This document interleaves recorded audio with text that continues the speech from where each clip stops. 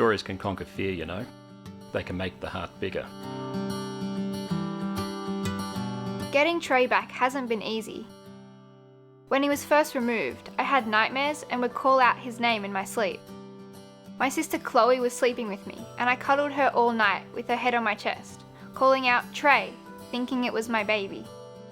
I now know what my mum went through when I was removed, and I'm not angry at her anymore. I guess the lesson I'll carry with me from this case is that young people need us to believe in them. Just because there have been 20 people who didn't, doesn't mean that we can't believe in them. It's never too late to make a difference.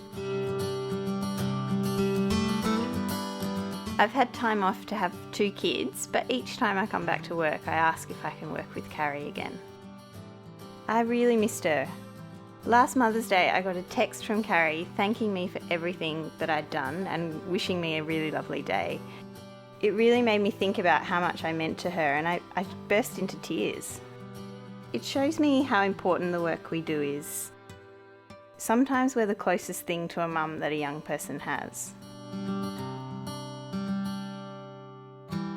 When I first met Jerry, he was too scared to talk. He couldn't make eye contact and hardly said a word. To be fair, it was a big ask, taking full care of his teenage daughter Rose after so many years apart. But just 12 months later, there he was, standing in the children's court talking to the magistrate about how he'd turned his life around and was ready to be a father again. In the beginning, I just wanted to take Rose under my wing and make it all better. But the truth is I've had to let her go, and doing this has been easier, knowing that Jerry can stand on his own 2 feet and be the dad Rose has always needed. When we got the report about Amy's birth, there were a lot of negative attitudes and judgments about Angela from my colleagues who'd worked with her before. I was told that caseworkers wouldn't visit Angela without the police by their side because she was so aggressive. They thought she'd never change. Someone even said to me, "Surely you're not going to let her keep the baby?" It was devastating to have your kids taken from you. And when I fell pregnant with Amy, I thought, I just can't go through this again. I really, really can't. There was a power inside me and I knew I needed to change.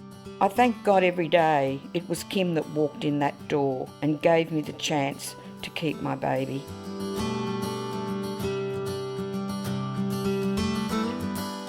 There were some really hard days. I needed to have the courage to fight for what I thought was right for Chloe, and I guess remain hopeful that Anne-Marie had really changed this time. This case has shown me that the road to change is not always a straight one. Life with Peter was a nightmare.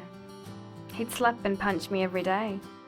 Over a year, he broke my jaw, ribs, and punched my face so many times it would swell up like a balloon. One time he punched my eyes so badly I couldn't see for days.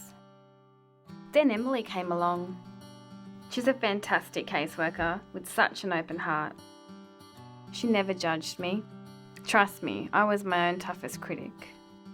I didn't need someone else looking down on me. I remember Mum's eyes were always black. She tried to hide them with sunglasses, but I knew. But we're safe now, and I feel 10 out of 10 for happiness. I wouldn't change anything in the whole world.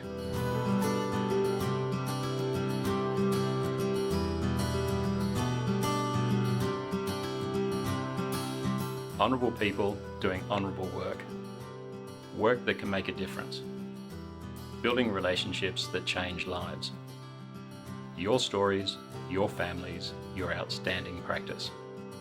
Work to be proud of. Shining a Light on Good Practice 2015, launching this November.